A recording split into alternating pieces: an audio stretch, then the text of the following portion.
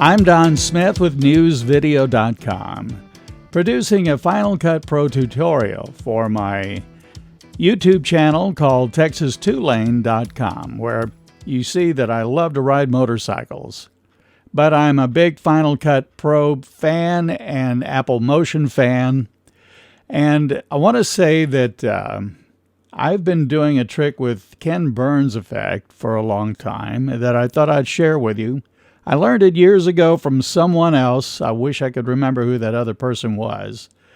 But I realized that if anybody else wanted to learn this trick, it's very hard to find an instructional video that'll show you how to put the Ken Burns effect on a moving video clip.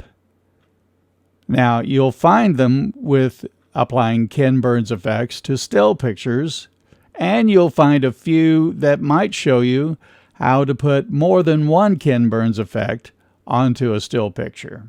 So let's review with a still picture here. I have my 2018 red Goldwing Tour DCT.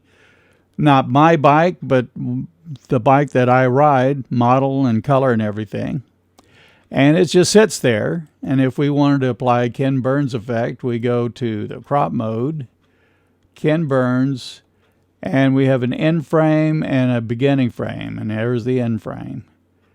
Well, it done, and there you go. You got a Ken Burns move. It eases out, it eases in. It's beautiful. Now, let's disable that one. Here's that same clip, only I've applied 4 Ken Burns moves on this clip. Let's watch them real quick. There's the first, and we pause, and there's a second, and we pause. All ease out and ease in. 4 Ken Burns moves. Well, I start off with, of course, the complete clip, and I blade it here to give it a couple of seconds to establish the full shot. And then when I blade it, I'm left with this clip and a clip that's this long. And what I do is reverse the Ken Burns effect that is on here.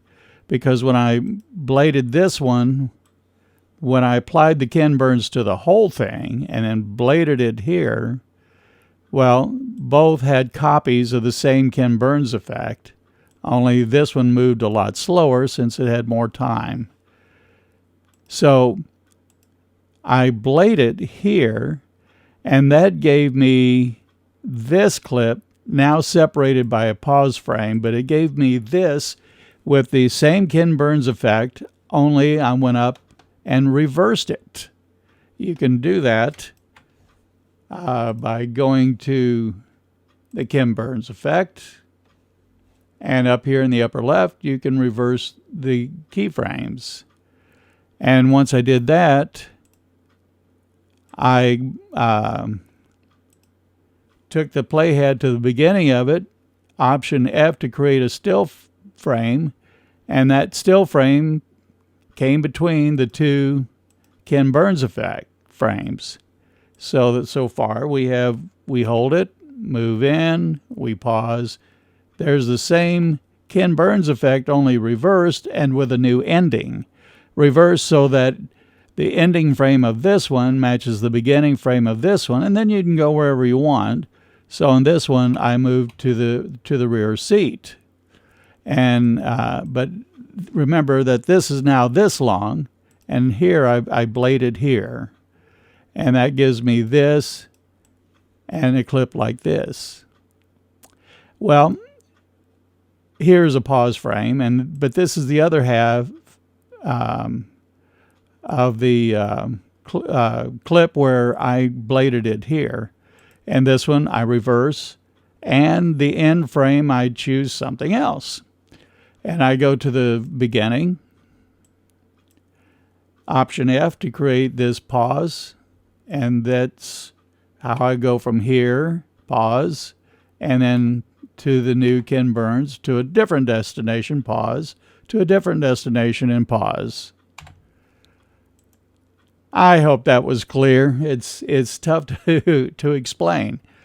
But did you know, and it's very hard to find this out, that you can do the same thing with video? So here's a little video clip of me speaking to the camera. I like to take advantage of everything that Honda designed into the 2018 Goldwing that is supposed to take advantage of an iPhone, which I have, and this is my bike. And so I try to make... So you see two Ken Burns moves in there on moving video. So how can you apply multiple Ken Burns effects to moving video? You can't freeze sections like you can with a still frame. So this clip, originally this long, and we have it holding wide, doing a Ken Burns, holding it, doing a Ken Burns back to wide. So what do we do on these hold frames? You can understand from when we looked at the still frame process a few moments ago that we add a Ken Burns effect, and then on the opposite side we also hold a Ken Burns effect, and you blade it in between. But what do you do with the in between? Once you reverse this so that it matches this for movement, once you reverse this, what do you do with this? If you did nothing, it would just repeat the Ken Burns effect and it would jump cut from here to here. So with this, what you have to do is change the way you crop the shot. Let's do one of the Ken Burns effects. If you go up to the crop section, it says Ken Burns. But here, you change it to crop. And how do you get these numbers in there? Well, these numbers match the outgoing frame of the Ken Burns effect. So let's get back to looking at that Ken Burns effect. See this red box? That's the end. And it will match the beginning of this clip over here. So we want this last clip to match this first clip and to hold the same frame size in between. So for this one, we change it to crop. And the numbers we put in here is you go back to the clip that has the ending framing, and you press down and hold the mouse button and look at the top. It says top 535, bottom 7, left 951, right is 13. Write down those numbers. And then for this middle section, those are the numbers: 951, 13, 535, and 7, so that this will hold at the frame size of the ending frame here and the beginning frame here. So, supposed to take advantage of an iPhone, which I have, and this is my bike, and so I try. And finally, one of the beautiful things about the Ken Burns effect is that it's elasticity. So I can retime these edits. In other words, you don't have to really worry where these edits happen.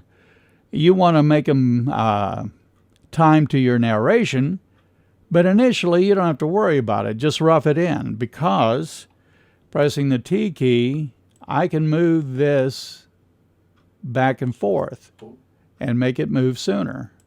Let's try that. Into the 2018 Goldwing that is supposed to take advantage of... Let's take it out of the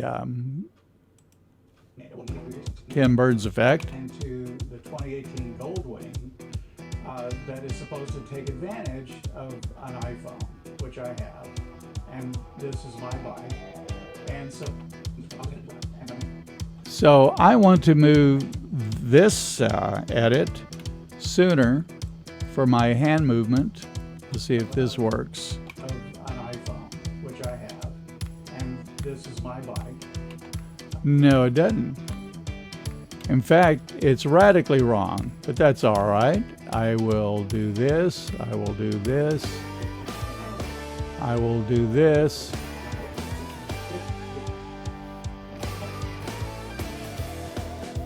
Let's see if we're getting closer. Which I have, and this is my bike. And so I try to make. In fact, I can make this a little closer. We'll see where my hand starts to come in. An iPhone, which I have, and this is my bike. And so I try to make full use of. So I hope you were able to follow along. It's tough to explain, and I've tried my best. A synopsis is when you apply a Ken Burns and you blade it in the middle, then take the clip to the right, which has the same Ken Burns effect as the clip on the left, but the one on the right, you reverse it so that the beginning frame of the clip on the right now matches the ending frame of the clip on the left. And you put a buffer zone, a hold zone, in the middle. In still pictures, it's easy to do. You just go to the first frame of the second clip and Option F, make a still frame. In moving video, you would blade a section and turn that section into a crop instead of Ken Burns, with the numbers that show up when you click on the ending frame of a Ken Burns effect, and those numbers begin at the top. Thank you for listening, and please subscribe, and please like. I'm Don Smith with newsvideo.com for the Final Cut Pro tutorial on Texas2lane.com.